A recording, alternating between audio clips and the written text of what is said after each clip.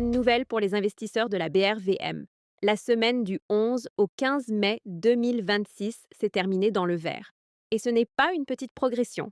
Le marché régional a encore avancé, les grandes valeurs restent solides et plusieurs actions ont affiché des performances très fortes. Bienvenue dans Parlons Marché, le podcast de Daba Finance, qui vous aide à comprendre les marchés africains simplement, clairement et avec le bon contexte. Aujourd'hui, on revient sur la semaine écoulée à la BRVM avec trois grands sujets: les top stocks de la semaine, les indices du marché, les transactions obligataires et bien sûr, le point sur les dividendes annoncés pour 2026. On commence par le signal le plus important, les indices. Le BRVM Composite, l'indice qui donne une vue globale du marché, a progressé d'1,99% pour atteindre 412,64 points. Le BRVM 30, qui suit les 30 grandes valeurs les plus représentatives, a aussi progressé d'1,67% à 194,55 points. Depuis le début de l'année, le BRVM Composite affiche maintenant une hausse de 19,35%. Pourquoi est-ce important? Parce qu'un marché qui monte de manière régulière attire plus d'attention. Cela veut dire que les investisseurs reviennent, que certaines entreprises cotées inspirent de confiance et que la BRVM continue de s'imposer comme l'un des marchés frontières les plus dynamiques du moment. Mais il y a une nuance importante. Les volumes d'échange ont baissé. 3 112 131 actions ont changé de main, contre 5 372 715 la semaine précédente. Cela représente une baisse de 42,08%.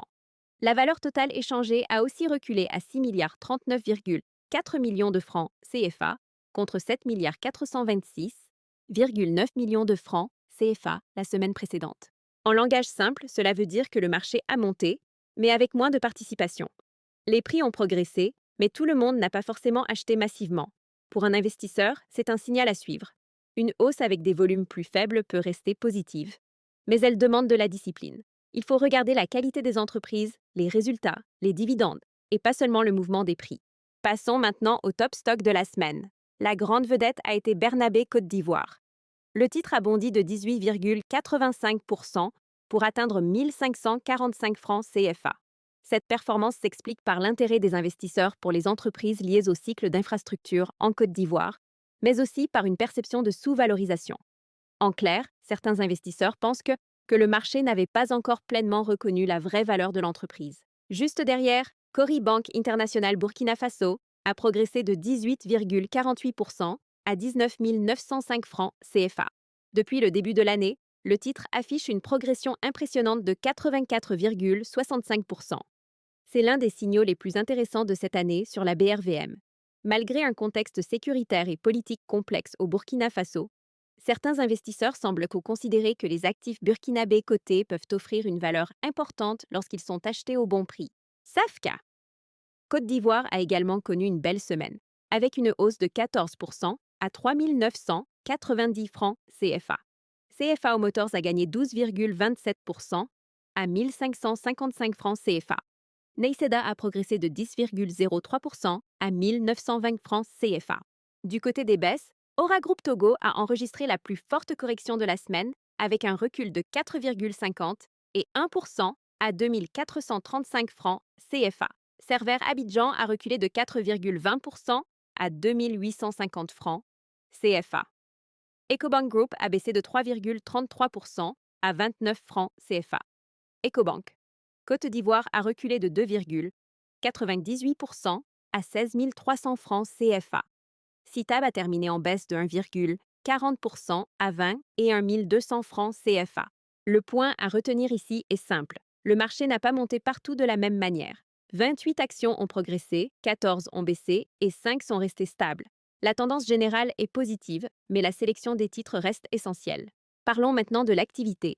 Sonatel Sénégal a encore dominé les échanges, avec 1,564,2 millions de francs CFA de transactions. Cela représente 25,90% de toute l'activité du marché actions. Sonatel reste une valeur de référence à la BRVM. Elle attire souvent les investisseurs parce qu'elle combine taille, liquidité, historique de performance et visibilité sur les revenus. Safka Côte d'Ivoire et BEA Côte d'Ivoire ont également figuré parmi les valeurs les plus actives. Cela montre que l'intérêt des investisseurs ne se limite pas aux très grandes capitalisations. Ils se déplacent aussi vers des titres où le marché anticipe une amélioration des résultats, une revalorisation ou une distribution intéressante de dividendes. Côté obligations, le marché obligataire a légèrement consolidé. Sa capitalisation a reculé de 0,31% à 12 287 milliards de francs CFA. Les échanges ont porté sur 123 287 titres pour une valeur totale de 667 525 379 francs CFA. L'obligation la plus échangée a été l'État du Sénégal, 6,75% 10-year. Elle a concentré 32 558 titres échangés pour un montant de 319 68 400 francs CFA. À elle seule, cette obligation a représenté 47,80% de la valeur totale échangée sur le marché obligataire. Ce que cela veut dire pour les investisseurs, c'est que les obligations souveraines restent très importantes dans l'UMOA. Elles permettent aux États de financer leurs besoins et elles offrent aux investisseurs des revenus réguliers sous forme d'intérêts. Dans un environnement où certains investisseurs recherchent plus de stabilité que sur les actions, les obligations continuent d'avoir un rôle central dans les portefeuilles.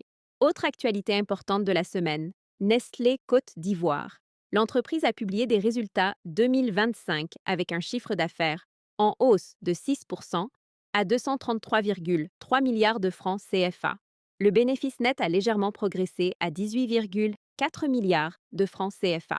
Mais la société a proposé un dividende brut de 9,3 milliards de francs CFA, contre 18,1 milliards de francs CFA l'année précédente. En clair, Nestlé CI gagne toujours de l'argent, mais choisit de distribuer moins aux actionnaires. Pourquoi? Probablement pour renforcer son bilan, réduire la pression liée aux charges financières et continuer à investir dans sa capacité de production, notamment à Yopougon, à Abidjan. Pour les investisseurs long terme, ce n'est pas forcément une mauvaise nouvelle. Une entreprise qui réinvestit intelligemment peut préparer sa croissance future. Et justement, parlons des dividendes.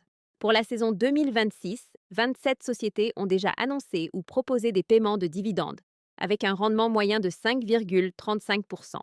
Parmi les rendements les plus élevés, on retrouve BOA Burkina avec 7,35%, Neyseda avec 7,30 et 1%, BOA Côte d'Ivoire avec 6,89%, SOGB avec 6,70%, BOA Mali avec 6,50%, SGCI avec 6,37%, BOA Bénin avec 6,22%, SAPH avec 6,16%, Sonatel avec 6,02% et BOA Sénégal avec 5,92%.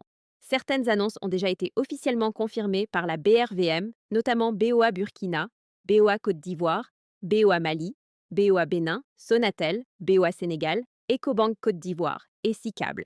A l'inverse, BOA Niger, Cetao, Sucre Ivoire, Bernabé et Aura Group ont décidé de ne pas payer de dividendes cette année. Pour les investisseurs, les dividendes sont essentiels. Ils représentent une partie du bénéfice qu'une entreprise reverse à ses actionnaires. C'est comme recevoir un revenu pendant que vous restez propriétaire de votre action. Mais attention, un rendement élevé ne suffit pas. Il faut aussi regarder la solidité de l'entreprise, sa régularité, son niveau d'endettement et sa capacité à continuer à payer dans les années à venir. Pour consulter le calendrier complet des dividendes, les dates de paiement et les rendements actualisés, téléchargez l'application DABA. Avant de conclure, un mot sur DABA Academy. Si vous voulez mieux comprendre la bourse, les actions, les obligations, les dividendes et apprendre à investir avec méthode, DABA Academy est là pour vous accompagner. En ce moment, il y a une promotion spéciale. Utilisez le code podcast et bénéficiez d'une réduction de 3000 XOF sur votre inscription à DABA Academy. Pour la semaine à venir, les opportunités seront à surveiller du côté des valeurs qui combinent momentum, dividendes attractifs, liquidité et fondamentaux solides. Mais nous ne citerons pas ici les titres spécifiques réservés à nos abonnés DABA Pro. Avec DABA Pro, vous accédez à des recommandations chaque semaine, des analyses détaillées de titres en bourse, des données exclusives, des frais réduits pour investir et bien plus encore. Avec DABA Pro, vous ne suivez pas simplement les marchés, vous les devancez. C'était votre bilan hebdomadaire avec Parlons Marché, le podcast signé DABA Finance. Je suis votre rédactrice des marchés, toujours connectée au pouls de l'Afrique francophone. À très vite. Restez curieux, restez investis.